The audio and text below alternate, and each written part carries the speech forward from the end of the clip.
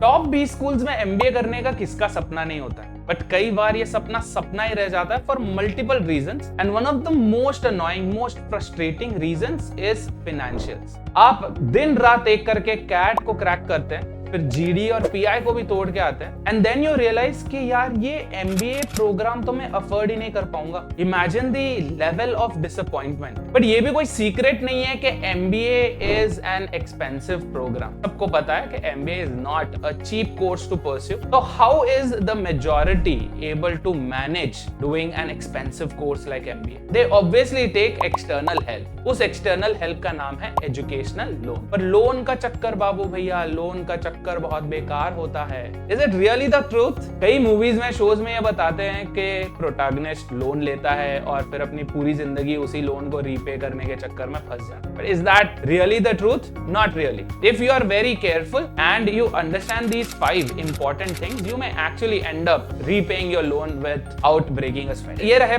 5 things that will help you understand educational loan का फंडा and save you from getting caught in loan का फंदा। Point number 1 is source. ये educational loan आप कहां से ले रहे हैं? लोन का नाम सुनते ही आपके दिमाग में बैंक तो आया ही होगा। Obviously banks give out educational loans. Banks में भी 2 टाइप के बैंक्स होते हैं, public banks and private banks, जो एजुकेशनल लोन्स देते हैं। इनके अलावा भी देयर आर अदर एंटिटीज जो लोन्स देते हैं, और उनका नाम है नॉन बैंकिंग फाइनेंशियल कंपनीज, जिन्हें हम NBFCs बोलते हैं। ये बैंक नहीं है, but they are allowed to give out loans, specially educational loans, and there are specific companies for that. What you have to do is figure out कि कहां से लोन लेना आपके लिए बेनिफिशियल रहेगा। Is it going to be a public bank or a private bank, or is it going to be an NBFC? It also depends upon your profile and your background. तो आपको ये ध्यान में रखना है कि you have to choose company or a bank that is going to be beneficial for you and not going to cause an issue for you later. Point number 2 is rate of interest. Obviously, अगर आप loan ले रहे हैं तो आपको extra amount पे करना पड़ता है, उसे इंटरेस्ट बोलते हैं। The rate of interest भी 2 टाइप के होते हैं। सबसे पहले है फिक्स्ड रेट ऑफ इंटरेस्ट। आपका पूरा लोन का ड्यूरेशन, पूरे टेन्योर में X% पे अगर आप लोन ले रहे हैं तो पूरे टेन्योर में वही X% का आपका इंटरेस्ट लगता रहता है। On the other hand there is something called a floating और a variable rate of interest. For example, अभी का current rate of interest is X%, but जरूरी नहीं है कि द नेक्स्ट फाइनेंशियल ईयर या नेक्स्ट क्वार्टर वही हो। तो ये क्वार्टर टू क्वार्टर और एनुअली भी ये चेंज होते रहता है। तो you have to be very careful again to calculate and analyse क्या आपके हिसाब से फिक्स्ड रेट ऑफ इंटरेस्ट सही होगा या वेरिएबल रेट ऑफ इंटरेस्ट सही होगा। And you also have to look at, you also have to consider different factors like the economy and any other information that's coming out from the RBI side और government side. तो ये decision भी आपको लेना पड़ता है that you whether you want fixed rate of interest या floating rate of interest. Let's move on to point number 3। Point number 3 is coverage. अब ऐसा नहीं है कि आपने एजुकेशनल लोन लिया तो सब कुछ उसी में सॉर्ट हो गया। Sometimes yes, sometimes no. You have to again read the fine print. You have to figure out कि क्या आपका एजुकेशनल लोन सिर्फ ट्यूशन फी को कवर करेगा कि या अदर फीस। ट्यूशन फी तो करेगा ही करेगा, बट जो अदर एक्सपेंसेस होते हैं, जैसे आपका हॉस्टल एक्सपेंसेस, क्योंकि most MBA programs are residential, तो हॉस्टल या हाउसिंग एक्सपेंसेस होता है। इसके अलावा फूड एंड मेस का एक्सपेंसेस, लाइब्रेरी लैब्स का expenses, project funding, any extra equipment that is required for your MBA, जैसे लैपटॉप्स हो गए या स्पेसिफिक यूनिफॉर्म्स हो गए।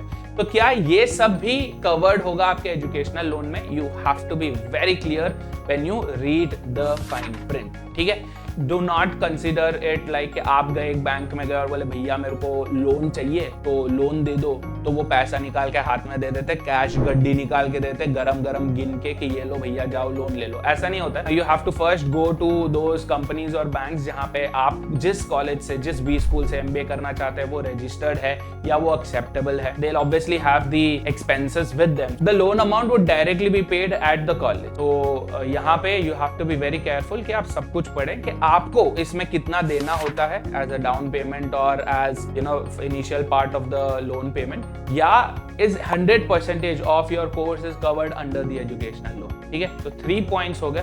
Let's move on to point number 4, that is tenure. अब एजुकेशनल लोन का tenure again depending upon different companies and different policies 2 type के होते हैं। एक जहां पे सेम सिंपल इंटरेस्ट होता है या सेम कॉम्पाउंड इंटरेस्ट होता है थ्रू आउट द टेन्योर, या फिर ऐसे भी होते हैं जहां पे जब आप कोर्स कर रहे होते हैं एमबीए का 2 साल का जो भी आप your course is going on, उस 2 साल में इंटरेस्ट नहीं लगता है, 3rd ईयर में आपको ग्रेस मिलता है and then you start repaying the interest. या फिर ऐसा भी होता है कि वो फर्स्ट 3 इयर्स में आपको सिंपल इंटरेस्ट पे लोन का कैलकुलेशन होता है, but after that the moment you start repaying after 3 years आपका कंपाउंड इंटरेस्ट में होता है। तो ये भी you have to sit down with your bank या एनबीएफसी रिप्रेजेंटेटिव एंड अंडरस्टैंड के लोन रीपेमेंट का सीन कैसे होगा। Other factors in tenure something that you have to keep in mind, आपको ये भी देखना होगा कि क्या पार्शियल रीपेमेंट पॉसिबल है। What do you mean by partial repayment? Let's say you are supposed to पे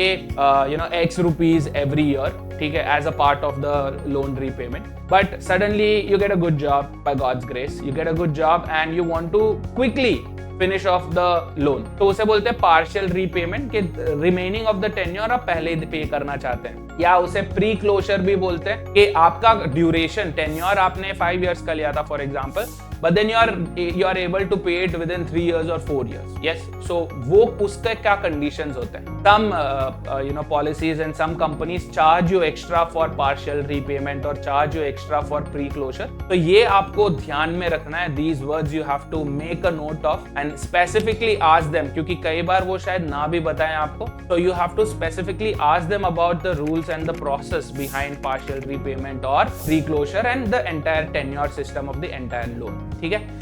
So these are the 4 points that you have to keep in mind. And the last point, one of the most important points is, क्या ऐसे ही किसी को loan दे देंगे?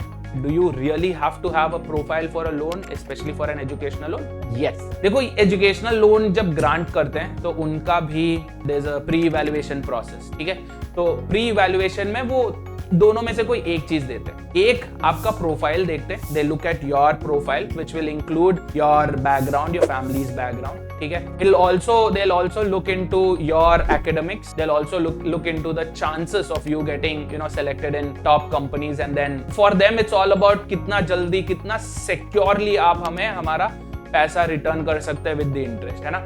तो उस हिसाब से वो कैलकुलेट करते हैं, वो देखते हैं कि क्या इस पर्सन का, आपका सिबिल स्कोर वगैरह भी कंसीडर किया जाता है कि क्या इस पर्सन का प्रोफाइल फिट करता है विदाउट एनी कोलैटरल. तो एक होता है विदाउट कोलैटरल, जहां पे आपका प्रोफाइल, आपका सिबिल स्कोर, आपका family background, academics, everything is put into consideration. और दूसरा होता है with a collateral. So with a collateral का मतलब क्या है? You have to either keep some property के पेपर्स, लैंड के पेपर्स और समथिंग, ठीक है, as a collateral, that in case you end up not being able to pay for the loan, then उसमें से they'll start reducing thing, ठीक है.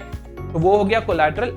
इन दोनों केसेस में you have to have one person, at least one person, अब depend करता है policy to policy, should have at least one person who can be your earning co-applicant. A co-applicant, that is your direct blood relative or some very close relative, जो earning हो, who is in earning capacity, तो उनका भी details वगैरह चाहिए होगा, IT returns, their bank statements, all of that. तो ये दो चीज भी आपको ध्यान में रखना है, that when you pick up your educational loan, are you going to take, is there an option of without collateral, or are you going to choose with collateral?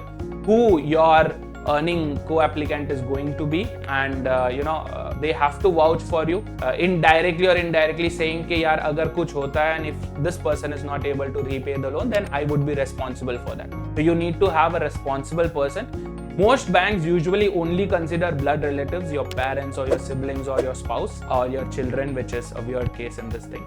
But anyway, तो blood relatives को ही consider करते हैं, but कई companies, कई policies also are okay with other relatives, your cousins or your in-laws के side or whatever. So again, ये आपको ध्यान में रखना है before taking up the loan, before putting up the final sign, you have to keep in mind of that.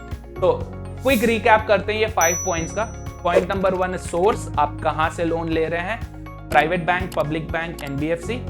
Point number 2 is rate of interest, कि आपका rate of interest fixed है या फ्लोटिंग है. पॉइंट नंबर 3 इज टेन्योर, कितने साल का आपका loan repayment का ड्यूरेशन है, इंटरेस्ट कब से लगना चालू होता है, सिंपल इंटरेस्ट है, कंपाउंड इंटरेस्ट है, what's the entire procedure, what is the post course support that they can give to you. This is again very important. कई बार ऐसा होता है that you may have high expectations with the kind of placement that you're looking for, और you know the top colleges also sometimes under deliver, बहुत rare cases में होता है, but let's be prepared for the worst case, है ना।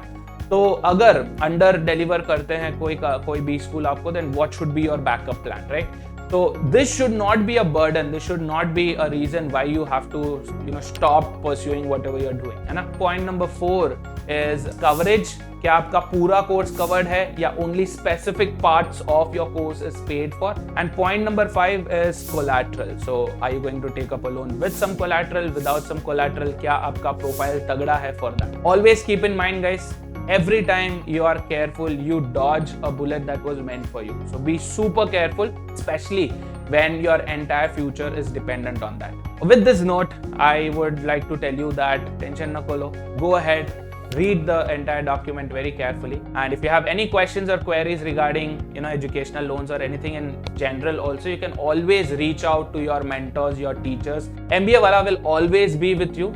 You know this. डरने की क्या है बात जब MBA वाला है आपके साथ।